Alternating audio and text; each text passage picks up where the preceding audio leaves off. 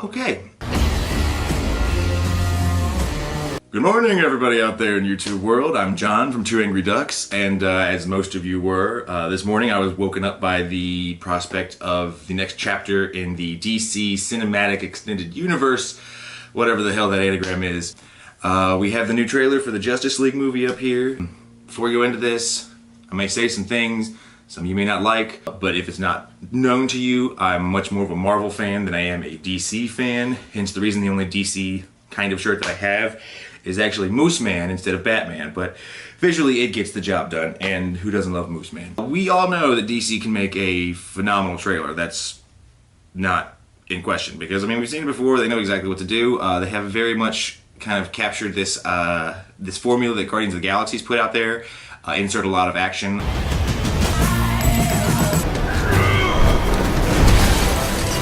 A lot of crazy and a classic old song.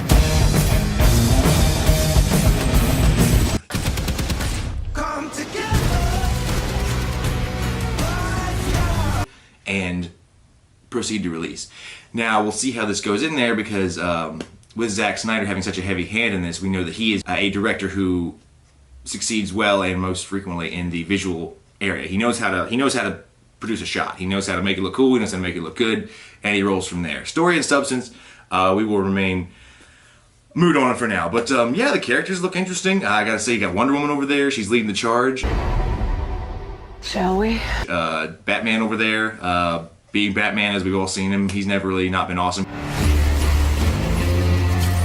He looks like he's got some kind of bat gorilla mech as it's punching down, he's climbing a wall. Come together. And then Aquaman's drunk, it looks like most of the time. It's on him. It's strange. Cyborg, a robot with half a human face. You should probably move. It looks like is interesting. They gave him something to finally do, so it's nice to kind of see him in action. The Flash looks like he's going to be annoying and kind of a shithead. What are your superpowers again? To the other guys, but that's the kind of comedic relief you need from their youngest character. It looks like, of course, with any team-up movie, you're going to have some cross-fighting. I do notice that Flash and Cyborg are going at it a little bit. I'm sure somebody else will at some point. I want it to do good, but DC just has not found a way to do that yet, really. I'm just not a huge fan of the DC universe, and before the escalade of fanboy attack comes with the, but what about Batman? What about Batman? Batman, Batman, Batman, Batman, Batman! I understand, Batman's awesome. No one is going to deny Batman's awesome. He's an American treasure, okay? But he's also the only thing in DC worth any two shits. Superman, Ultimate Boy Scout, and his plot devices, you can't fucking beat him. He's got the same problem that Hulk has in Marvel, where he's the top of the doghouse. And if you're at the top of the doghouse and that's your status quo, you're not going to change that too much in your 60, 70, God, what are we on, 80-year run now? So, not interested in him. Wonder Woman, fantastic. Love the way you fight crime. I think that women and everybody else needs the representation that you provide to it, because otherwise it's just a bunch of white dudes saving the universe. Again, same kind of deal as Superman. You're a deity, and that's just never been my shtick. Aquaman falls into the same thing as Wonder Woman. They've tried to kind of mix him a little bit with the 1990s Aquaman, who has his hand eaten off by piranhas by, I believe, Black Manta. Pushes his hand in water and piranhas eat his hand off, which is curious, because if your one fucking superpower is to talk to fish, don't you think you might at least try to ask him not to eat your fucking hand?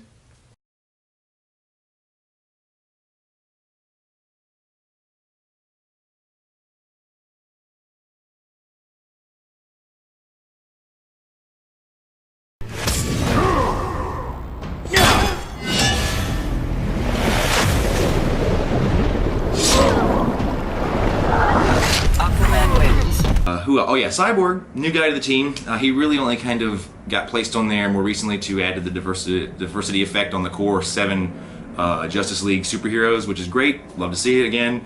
He spent most of his time on the Teen Titans, so I'm excited. He's probably one of the ones I'm most excited to see in this movie, because I'm hoping they're going to be able to flesh him out a little bit more. And then of course there's the Flash, and he's just going to be your smart mouth Spider-Man character flying around funny. I'm sure he'll be funny. I'm sure it'll be interesting. I am a Grant Gustin fan, so we'll see how Urza's able to take up the mantle over here, but so far, I haven't hated it. But that, of course, brings us back to Batman and why he's been about the only thing DC has been able to do successfully on a regular basis within their universe. With Batman, the reason the Christopher Nolan movies have worked so well is because they gave him the control he needed to tell the story. And that is the element that is sincerely missing in the rest of these DC properties. Now, you gave that risk to Zack Snyder, and Man of Steel, didn't love it, but I didn't hate it. I thought it was an interesting take, and unlike most people, I defend the decision to snap Zod's neck. That was brave of you guys, because that's going counter to the character for quite many years. And it also puts him in an interesting aspect, because if you consider that a young Superman has to make this choice of this is his first real, big slug it out superpower fight, and he's at this point where he doesn't know how to solve this problem. He's got somebody who is just as strong as him, slowly getting stronger as he's out in the sun and building up his steam and building up strength.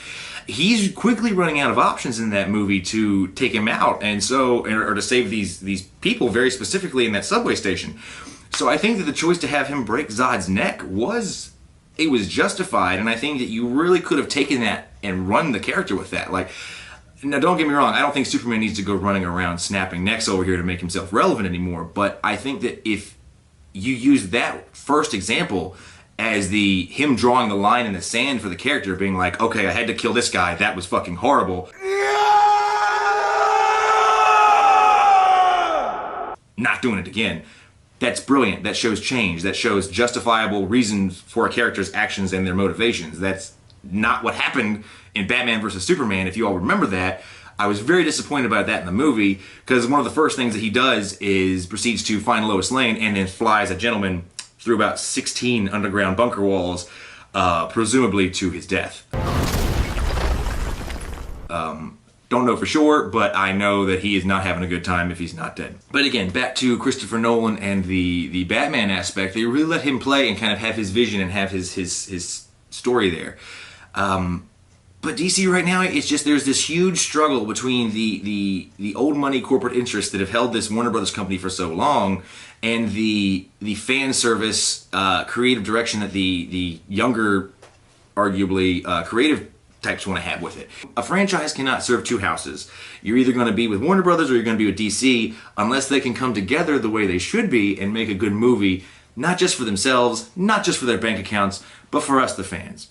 So far, it looks interesting. I'm not still super on board. You haven't won me over just yet, because you got to do better than just Batman. Now, as with anybody else or anything of these characters, if you're into them, great, awesome. You go ahead and love them up, but it's just not my cup of tea. So hopefully they'll do well, because as a Marvel fan, I can only say that competition breeds excellence, and DC, you've been slacking right now.